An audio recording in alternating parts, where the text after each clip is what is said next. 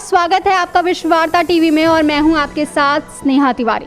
आज के समय में जो जीवन यापन के लिए सबसे ज़रूरी है वो है रोटी, कपड़ा और मकान। लेकिन एक और चीज़ है जो हम छोड़ रहे हैं और वो है बिजली। बिजली आज के समय में बेहद ज़रूरी हो गया है क्योंकि इसके बिना जीवन यापन करना के बहुत कठिन है। और इन्हीं सब मुद्दों को लेकर बातचीत करने के लिए हम जुड़ गए हैं जयप्रकाश जी से, जो केंद्रीय महासचिव हैं। इनसे हम बात करेंगे निजीकरण पर और बिजली विभाग में अगर निजीकरण होता है तो और क्या क्या संभावनाएं हैं, कितनी महंगाई बढ़ती है, इन सभी बिंदुओं पर हम बातचीत करेंगे। सबसे पहले तो बहुत बहुत स्वागत है आपका। Thank you so much Sneha जी।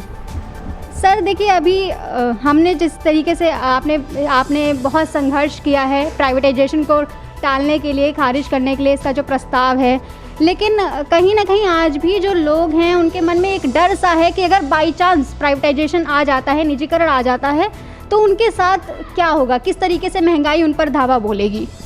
बहुत अच्छा विषय आपने आज लाए हैं स्नेहा जी। पहले तो मैं इस विषय को आप चर्चा करने के लिए बहुत बहुत धन्यवाद देता हूँ कि आप न सिर्फ बिजली विभाग के कर्मचारियों बल्कि प्रदेश और देश की आम जनता और बिजली उपभोक्ताओं के हितों के बारे में चिंतन कर रहे हैं। अब मैं विस्तार से आपकी जो जिज्ञासा है कि निजीकरण होगा तो बिजली की महंगाई कैसे होगी, उपभोक्ता को बिजली की मार कैसे पड़ेगी, मैं एक नटसेल में उदाहरण दे रहा हूँ। भारत सरकार द्वारा अभी इलेक्ट्रिसिटी अमेंडमेंट एक्ट 2020 का एक बिल ले आने का प्रयास किया जा रहा है। उसमें 4 बिंदु बहुत ही महत्वपूर्ण है जो आपको जानना और जनता को जानना जरूरी है। भारत सरकार ने उसमें एक व्यवस्था दी है कि बिजली का जो टैरिफ का निर्धारण के लिए किसी भी स्तर पे भारत सरकार के अधीन ही होगी। जो उत्तर प्रदेश में भी नियामक आयोग कर रही थी उसके अधिकार छीन लिए जाएंगे और भारत सरकार के अधीन एक इलेक्ट्रिसिटी जो है अथॉरिटी लगाई जाए, इसी ये जिसका नाम है इलेक्ट्रिसिटी इन्फोर्समेंट अथॉरिटी होगी। वो इन्फोर्समेंट अथॉरिटी टैरिफ निर्धारण करेगी और टैरिफ का निर्धारण में कहा कि बिजली का जो बिल होगा न्यूनतम जनरेटिंग कास्ट से किसी भी कम मूल्य पे नहीं मिलेगा। जनरेटिंग कास्ट पूरे देश का अगर देखा जाए तो औसतन 7.5 रुपये पर यूनिट जनरेटिंग कास्ट आज के डेट में आएगा। अगर अभी जो सब्सिडी, उसमें दूसरा बिंदु लिखा है कि प्रदेश सरकारों को जो क्रॉस सब्सिडी का अधिकार दिया गया है वो समाप्त कर दिया जाएगा। तो जैसे ही क्रॉस सब्सिडी खत्म होगी, जनरेटिंग कास्ट से न्यूनतम बिजली दर नहीं होगी, तो अभी जो सब्सिडी के आधार पे गांव के जो उपभोक्ता को 3 रुपये से 3.5 रुपये पर यूनिट बिजली मिल रही है या किसानों को 2 रुपये 60 पैसे पर यूनिट बिजली मिल रही है, वो जनरेटिंग कास्ट 7.5 रुपये जोड़ेंगे।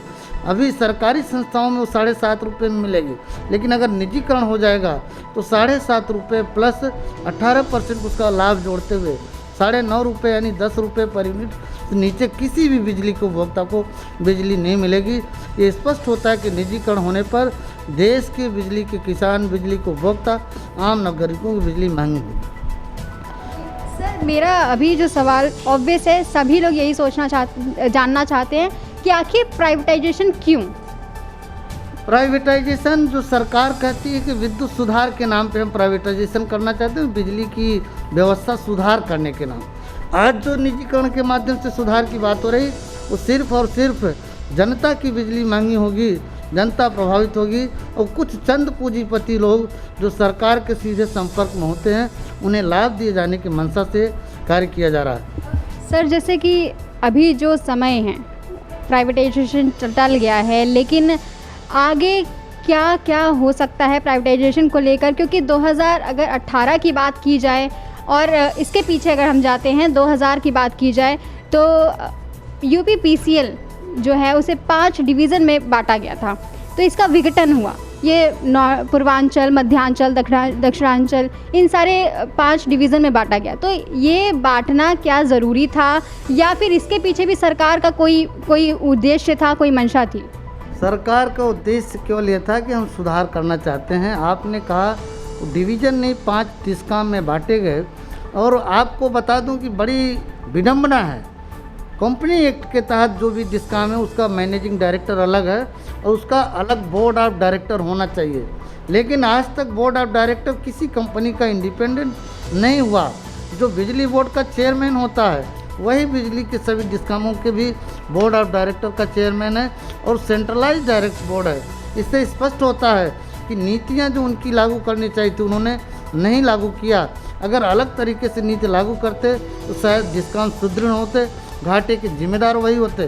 सर अभी अगर हम 3 महीने की बात करें तो इस बीच राजस्व वसूली और लाइन लॉस कम करने की बात की जा रही है, तो इसके लिए आपकी क्या रणनीति है, आप इस पर कैसे काम करेंगे? बहुत सुंदर बात आपने कही। इस 3 महीने में मैंने एक अभी संघर्ष समिति के बैनर तले कार्यक्रम चार्ट आउट किया है। प्रदेश के पूर्वांचल, पश्चिमांचल और दक्षिणांचल में हम बहुत शीघ्रता से जो एक विद्युत का प्रशिक्षण सेमिनार, विद्युत व्यवस्था सुधार संगोष्ठी करने जा रहे हैं। 12 तारीख को मेरठ पश्चिमांचल, 13 तारीख को आगरा दक्षिणांचल और 16 तारीख को पूर्वांचल डिस्कॉम के हेडक्वार्टर पे विद्युत व्यवस्था सुधार संगोष्ठी होने जा रही है।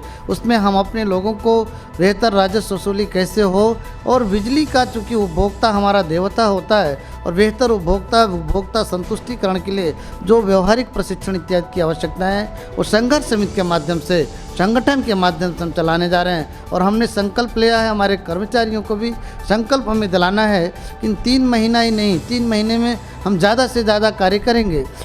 सर अगर आगरा और नोएडा की बात की जाए, क्योंकि आगरा जो है वो पर्यटन के लिए बहुत अच्छा क्षेत्र माना जाता है और नोएडा जो है वो इंडस्ट्रीज़ के क्षेत्र में बहुत अच्छा माना जाता है, और इसके बाद कानपुर की भी बात हो रही थी जहाँ आप लोगों के संघर्ष की वजह से प्राइवेटाइजेशन नहीं हुआ, तो क्या कोई ऐसा उद्देश्य था सरकार का कि मेनली आगरा और नोएडा में ही ये प्राइवेटाइजेशन किया गया, क्योंकि वहाँ पर इन क्षेत्रों में ज़्यादा काम होता है, बिजली के क्षेत्रों में ज़्यादा काम होता है? निश्चय ही ऐसी कुछ अंदर की बात रही होगी, क्योंकि आज देखा जाए तो पूरे एशिया में आगरा जो है लेदर टेक्नोलॉजी या लेदर इंडस्ट्री के मामले में सबसे, एशिया में सबसे आगे है। वहीं पर्यटन की दृष्टि में अंतर्राष्ट्रीय स्तर पे, पूरे राष्ट्रीय स्तर ने अंतर्राष्ट्रीय स्तर पे पर्यटन की और होटल की स्थिति बहुत है। निश्चय वहाँ बड़े उपभोक्ता हैं और ये सरकार या निजी पूंजीपतियों को लगा होगा कि बेहतर राजस्व वसूली होगी। तो जितनी जानकारी हुई है उसके हिसाब से 20 सितंबर को जो स्टैंडर्ड बिलिंग डॉक्यूमेंट था वो आ गया था उत्तर प्रदेश में, उसके हिसाब से क्या मंसूबा होगा इसके पीछे सरकार का? देखिए, ये टेंडर बिडिंग डॉक्यूमेंट 20 सितंबर को नहीं, उत्तर प्रदेश में 29 मई से स्टार्ट हो गई थी टेंडर बिडिंग डॉक्यूमेंट पूरे देश स्तर के लोगों को निजीकरण। ये दुर्भाग्य है कि बिजली के क्षेत्र में बिना विद्युत संशोधन कानून पारित किए टेंडर बिडिंग डॉक्यूमेंट के माध्यम से सीधे डिस्ट्रीब्यूशन सेक्टर को जो प्राइवेट हाथों में देना, ये असंवैधानिक है। ये भारतीय संविधान की जो कानून का अधिनियम है कि बिना किसी कानून के एग्जिस्टिंग व्यवस्था में कोई ऐसा कार्य नहीं कर सकते जो विधि सम्मत नहीं है।